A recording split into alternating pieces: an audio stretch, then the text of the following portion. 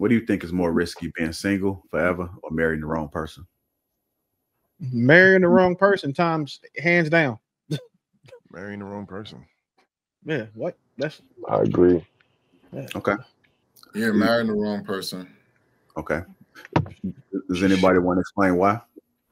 If you marry the wrong, if you marry the wrong person, you're putting yourself in a position where you're going to be giving your best years, your best effort, and your most valuable commodity to someone who doesn't deserve them, won't reciprocate them, and won't do what they're supposed to do with them, which is multiply them.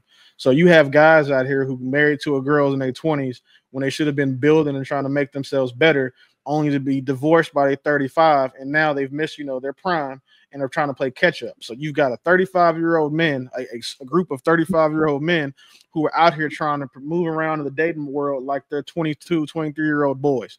And that's one of the worst things that you can see in a man, because it puts us so far from our purpose. Now he's going to, what do they say? I don't believe men can be hoes, because I believe men make hoes. But for the point I'm going to make is, you got these older men going through hoe phases, 35 to 40 years old, because they missed it when they were kids.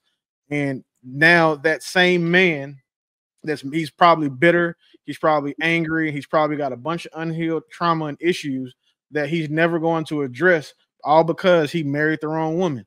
Like, I don't believe that any man should be married until he's able to take care of a family by himself.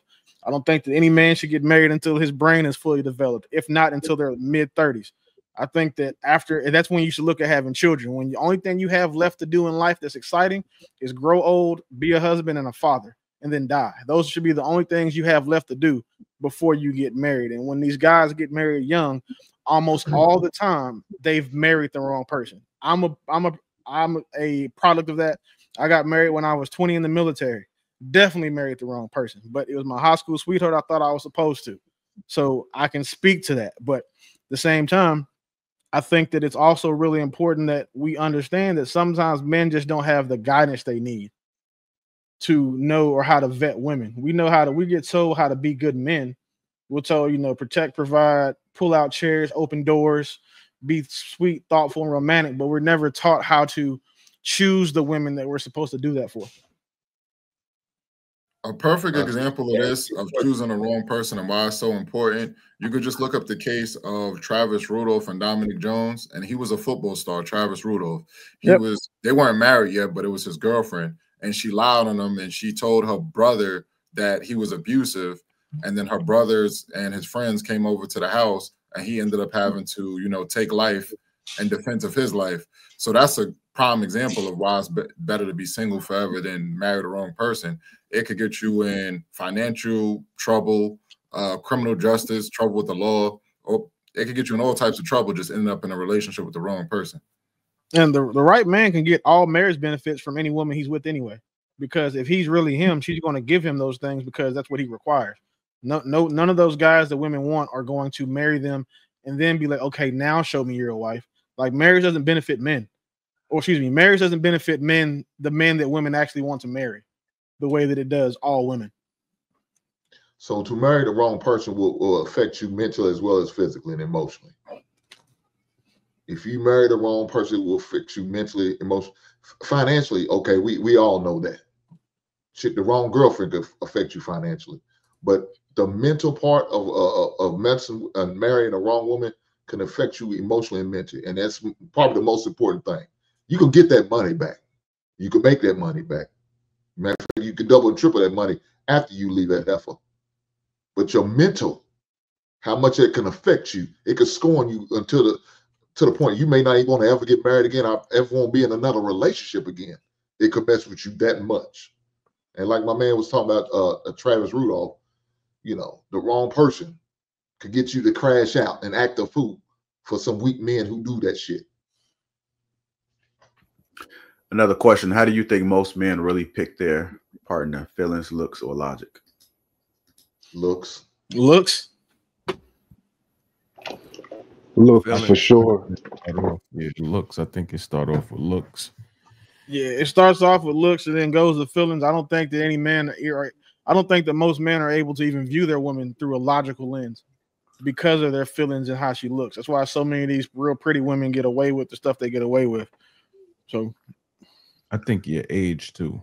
I think the age of the man matters, or the experience of the man matters, because you'll realize, man, after you finish, doing what you do with this beautiful woman, and there ain't nothing to talk about, you know what I'm saying? There's no other elements to kind of keep you engaged. And you like, and if you start noticing it's a pattern, like, damn, these chicks is bad, but you know what I'm saying? Fucking space cadets, you know what I mean? There's nothing else to talk about besides how bad you are, how pretty you are. You know what I mean? You don't have anything else to offer me except,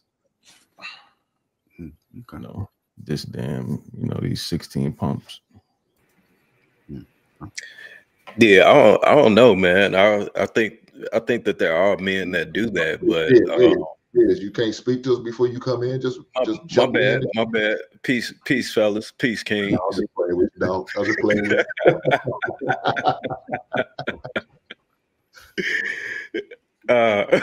Good, bro. But yeah, no, I think looks definitely plays a huge factor. But if you done had 5 8s before, looks ain't shit. You can have the baddest chick in the room and she a bird brain. That's not gonna make a man that knows his value choose a woman, especially, and I just looked at the title, especially one to marry just off the strength of looks. So looks play a factor for sure, but I would think, how does this woman make me feel? What feeling does she give me?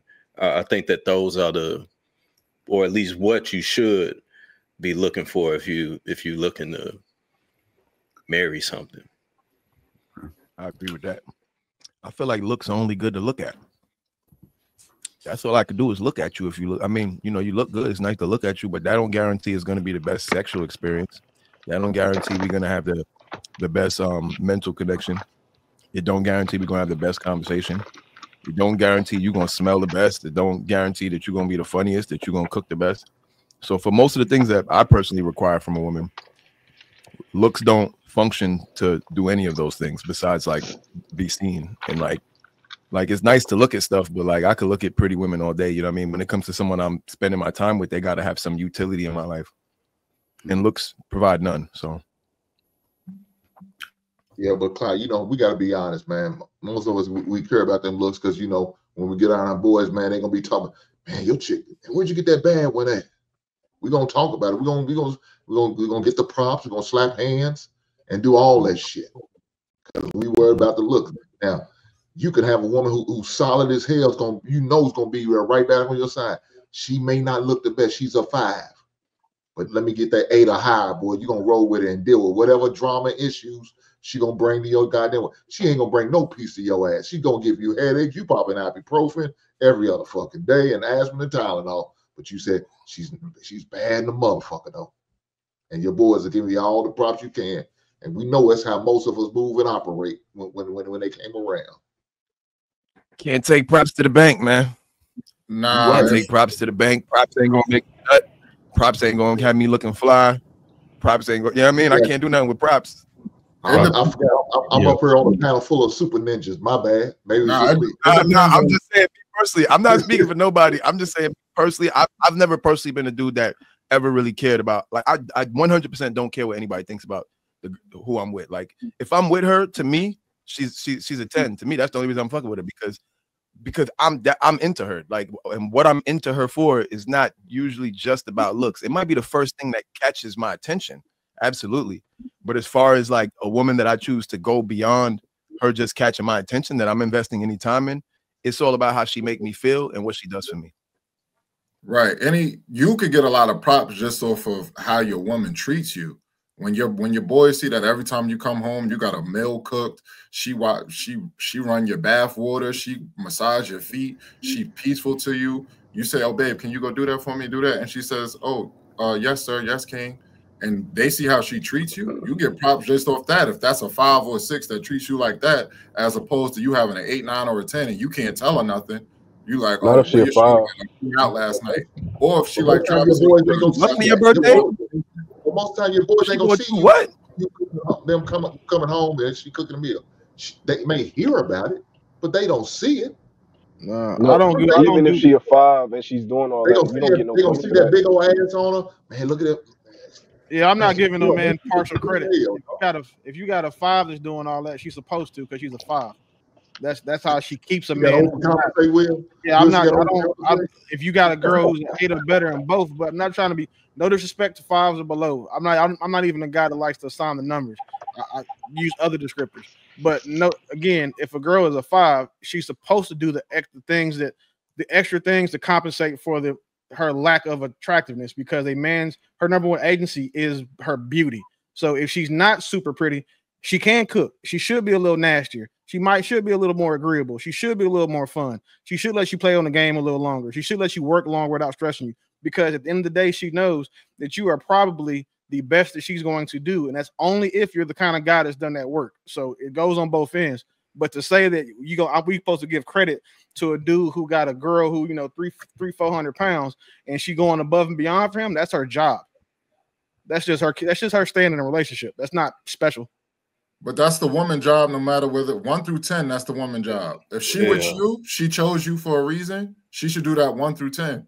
So you're proving that goes to prove my point. That if she's a 5, you don't get credit for that. You only get credit when you get the exceptional women to do their job. Average women are supposed to do it. No, even if she's an 8, 9, or a 10, she's supposed to do it. That's not what's. I'm not saying that she's not supposed to do it because she's 8, 9, or 10. What I'm saying to you is that because she's a 5 and doing these things, like you said, if you get a woman who treats you good, if she's a 5, we're not giving you credit for that because your girl is big, ugly, and kind. We would do it if she was slim, thick, fine, and kind. That's the point that I'm making. It's just because she's a 5 and doing her job. I'm not trying to be funny, but she should be doing her job because she's a 5. The girls who can get away with not doing their job and still getting stuff from men, like Travis Hunter's girlfriend or the rest of these 8s and above that still go back and do their job, those are the women that men give credit for you having access to. Yeah, I agree with you there. If you got a fine woman, who's doing some paper, she's giving you the Coming to America treatment, and she's super fine, and all of the men agree that like she's like a 10, then she's going to get more credit than a 5 doing it. Yeah, I agree with that. Yeah, that's so. I think we agree there.